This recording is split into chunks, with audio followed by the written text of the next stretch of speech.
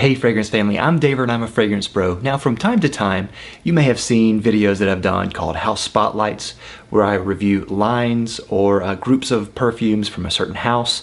This time I'm going to do one on a new line by Bond No. 9.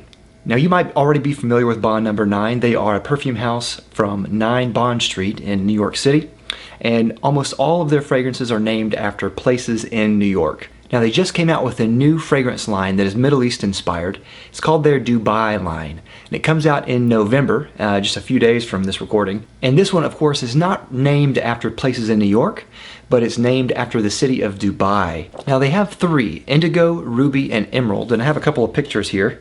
Bond No. 9 sent me a couple of samples along with pictures and kind of information. So here's the bottles, very Middle Eastern looking, and here's the presentation, kind of almost in the Bond box, but with a velvet case.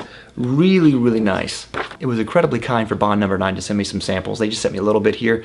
Really appreciate that from them. Now, I'm familiar with Middle Eastern style perfumes. They're not my favorite style, but I am very familiar with them. What I like about this line is that Bond No. 9, they really pay homage to the style, but modernize it at the same time. All of these are very nice and very accessible to a Western audience, but with very typical style fragrances found in an Eastern style audience. So this line actually really impressed me. I think the quality is really, really good, and I'm just going to go over these 3 real quick and go over the notes and what I think about them. So let's start with Emerald. The notes are saffron, orris, balsam, rose, patchouli, sandalwood, amber, and leather. Now this one to me is the most masculine of the 3, and I really like it. It is very classic, and it has a very leathery, I smell a lot of leather, I smell a lot of rose, I smell a lot of saffron. Good rose oud combo here, but it's not too oudy to where it stinks up the room. I can smell almost everything, especially in the top and the base. I don't really get a lot of balsam or orris. I'm sure it's in there just to kind of smooth things out. But you can definitely smell the very floral rose and bright saffron in there. And then you can definitely smell the base with the amber, patchouli, sandalwood, and leather. This one is really good, and I think a lot of men in particular are going to like this one. Next is Indigo. Now it has notes of peach, lychee, bergamot, orange blossom, jasmine, peony, white musk, amber, oak moss, and oud.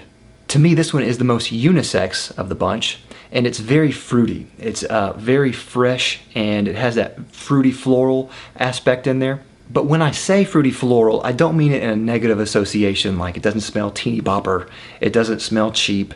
I actually really like this one. I think as far as the 3, I think this might be my favorite. And this one is very accessible. It's, I think, very safe and very friendly to a large audience of people in a lot of settings as well. I definitely get jasmine, I definitely get orange blossom, I definitely get bergamot, and I definitely get white musk. Everything else kind of blends together and kind of just shapes the fragrance. I really like this one a lot. I think it would be great for maybe me and my wife to share. So I like this one and I'll see what she thinks. Next is Ruby. Notes are saffron, bergamot, davana, rose, magnolia, geranium, amber, sandalwood, myrrh, and civet. To me, this is the most feminine of the bunch, and it is a very floral scent. I get a lot of rose, a very fresh, fragrant, full rose. I get a little bit of bergamot, and I get a lot of magnolia.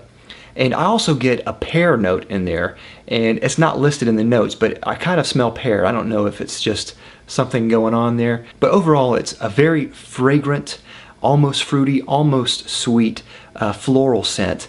Really, really nice. Again, another people pleaser here. I think it's on the softer side as far as how it smells. So I think it's really going to be well received, especially with women. All these fragrances are very strong, very strong.